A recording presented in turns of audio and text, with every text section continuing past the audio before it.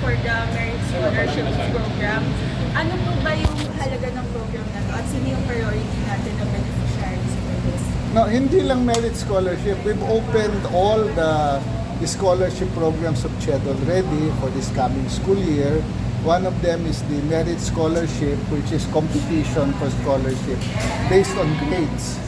But we also have scholarship programs for the children of coconut farmers. We're getting the funds from the Coco Levy Fund. These are scholarships for students who belong to the families of coconut workers.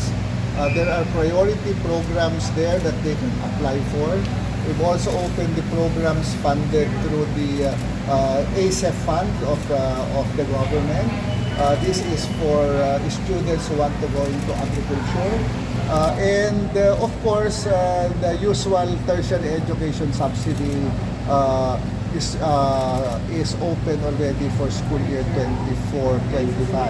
In fact, I think the schools are already getting ready to submit the names of students so that they can determine if they're qualified for scholarship. So overall, the amount that or the number of Filipino students who are now assisted by government through subsidies, aside from free higher ed, is close to 700,000 students are now enjoying some form of subsidy from government, tertiary education subsidy, tulong-tulong program, merit scholarship, scholarship for agriculture, etc.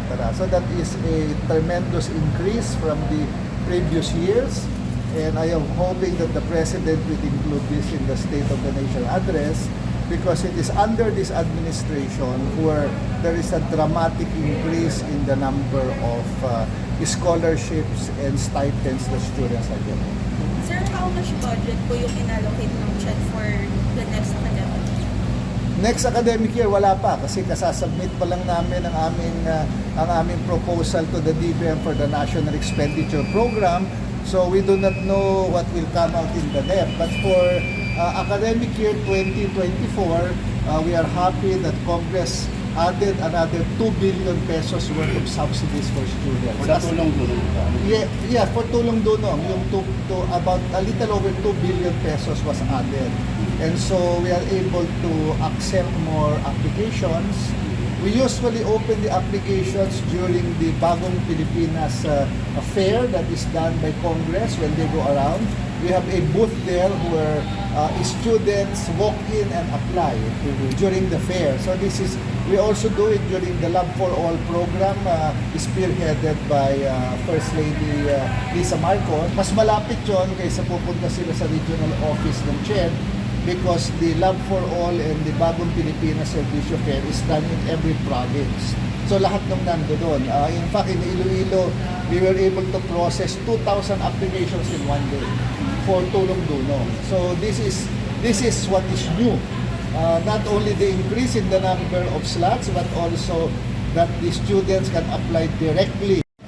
Well, meron tayo, hindi natin alam kasi kung ilan na magka-qualify pero yung 2 billion pesos, you divide that by 15,000, that is the number of slots. It's a significant number compared to before.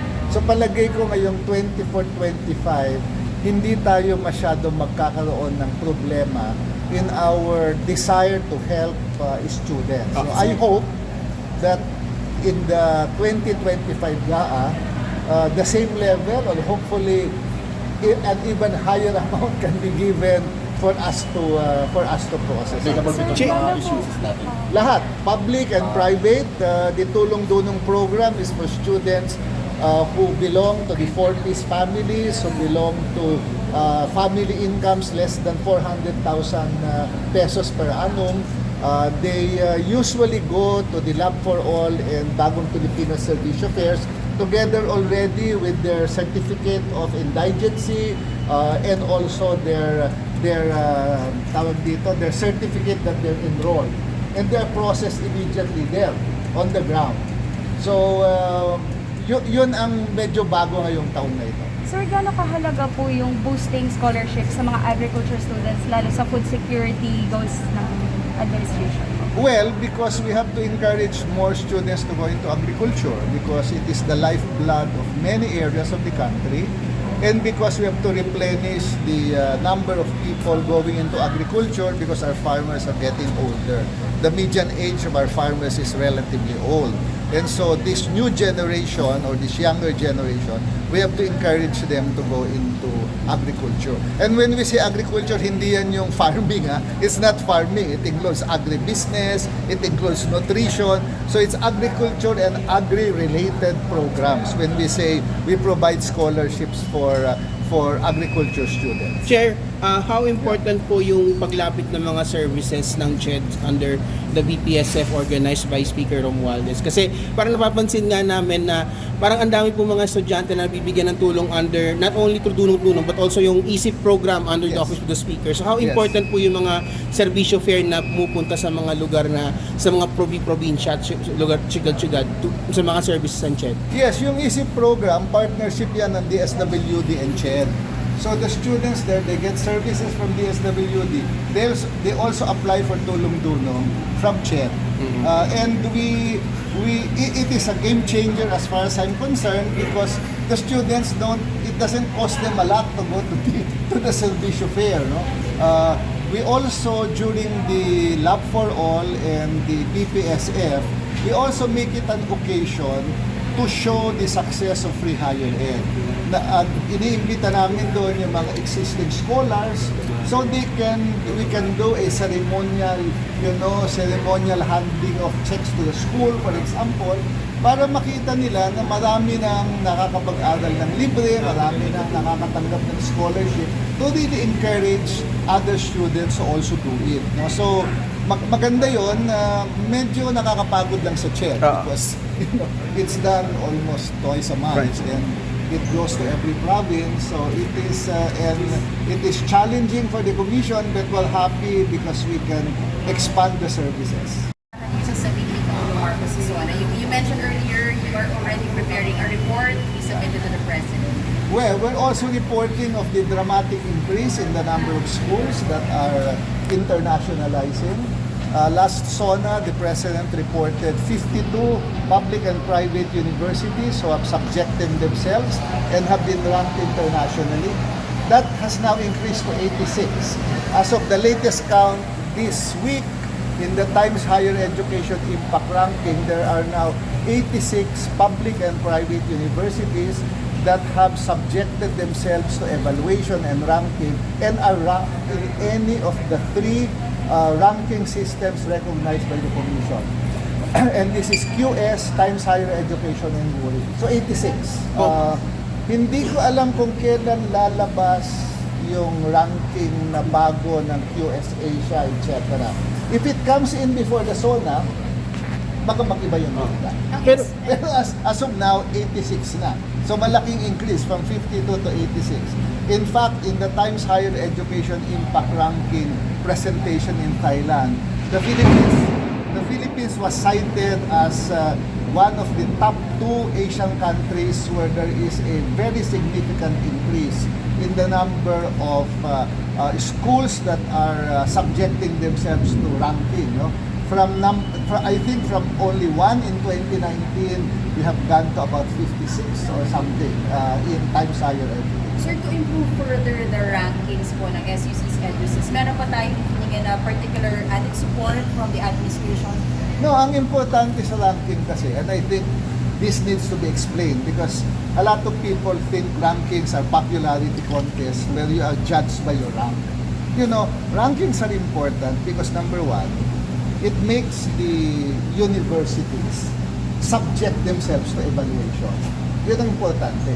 You're ready to subject yourself to evaluation and you're ready to be compared with other universities. That is a dramatic leap of faith for a university. Kasi kung palagay mo hindi ka masyadong magaling, hindi ka nasusubok. Malaking trabaho. Because if you subject yourself to ranking, you'll have to document everything that you're doing. It requires them to document their research, their extension programs, their projects, etc.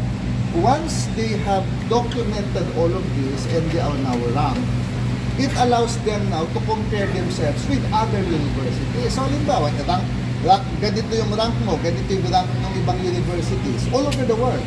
Titignan mo ngayon, what are they doing that I'm not doing? then you now have a target on what you improve.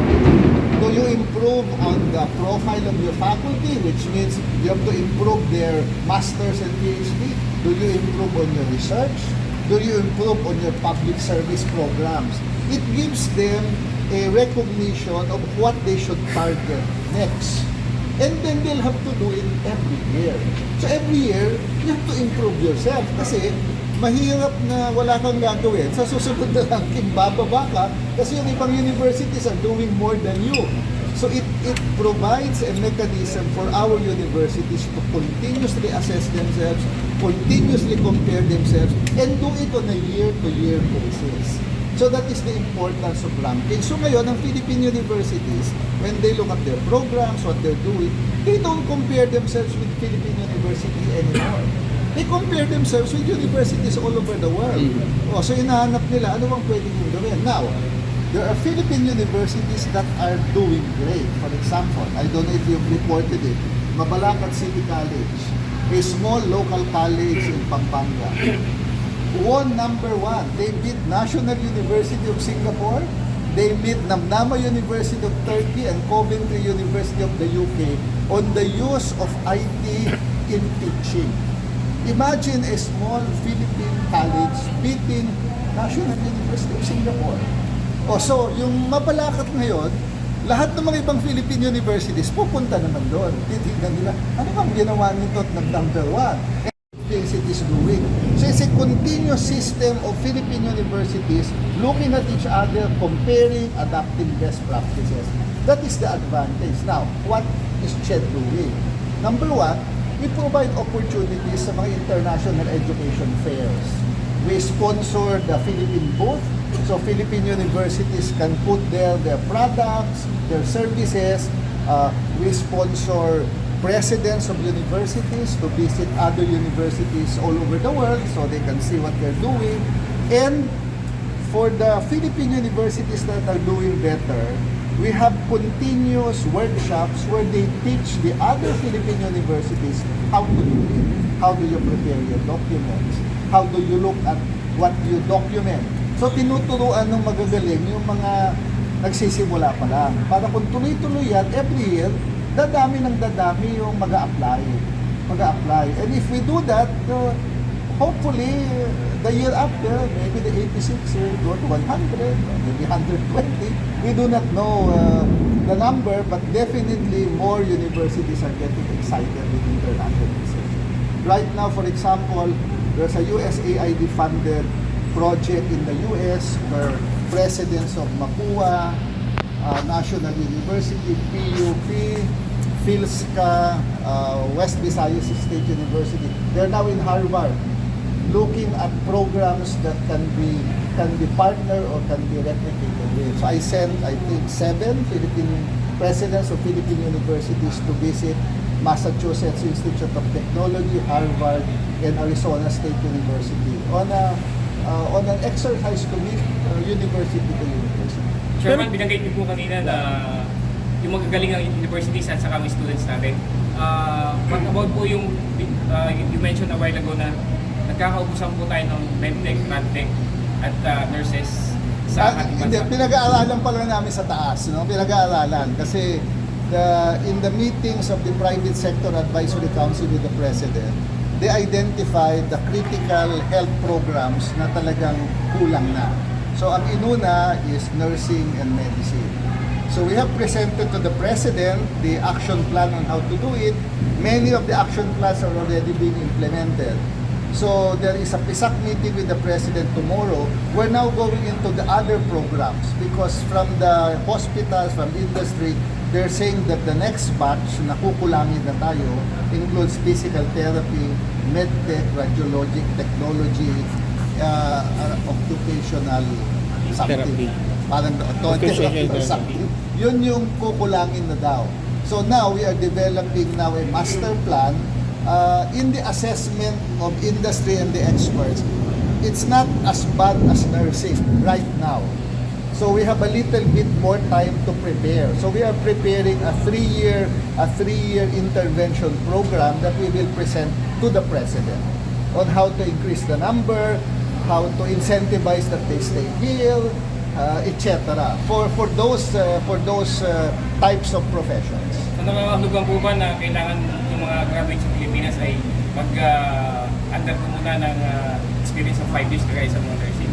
No, depende yan. Kung scholar ng gobyerno, you can impose a return service because if their studies are funded by government, you can require. Kagaya nung doktor para sa bayan natin, yung mga scholars sa state universities and colleges, they're required to stay here for 4 years after graduation. So that is one option. Fund their education and require them to do return service.